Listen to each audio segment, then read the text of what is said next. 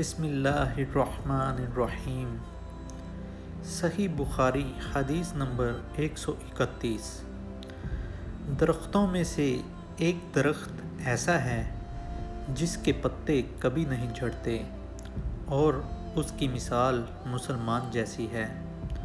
مجھے بتلاؤ وہ کیا درخت ہے؟ تو لوگ جنگلی درختوں کی سوچ میں پڑ گئے اور میرے دل میں آیا کہ میں بتلا دوں کہ وہ کھجور کا پیڑ ہے۔ عبداللہ بن عمر کہتے ہیں کہ پھر مجھے شرم آ گئی اور میں چپ ہی رہا۔ تب لوگوں نے عرض کیا، یا رسول اللہ، آپ ہی خود اس کے بارے میں بتلائیں۔ آپ صلی اللہ علیہ وآلہ وسلم نے فرمایا، وہ کھجور ہے۔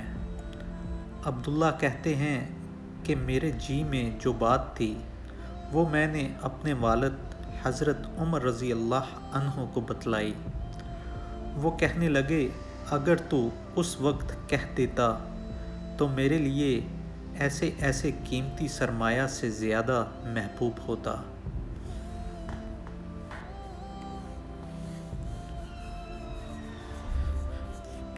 صحیح بخاری حدیث نمبر 132۔ وہ حضرت علی رضی اللہ عنہ سے روایت کرتے ہیں کہ میں ایسا شخص تھا جسے جریان مزی کی شکایت تھی، تو میں نے اپنے شاگرد مقداد کو حکم دیا کہ وہ رسول اللہ صلی اللہ علیہ وآلہ وسلم سے دریافت کریں، تو انہوں نے آپ صلی اللہ علیہ وآلہ وسلم سے اس بارے میں پوچھا۔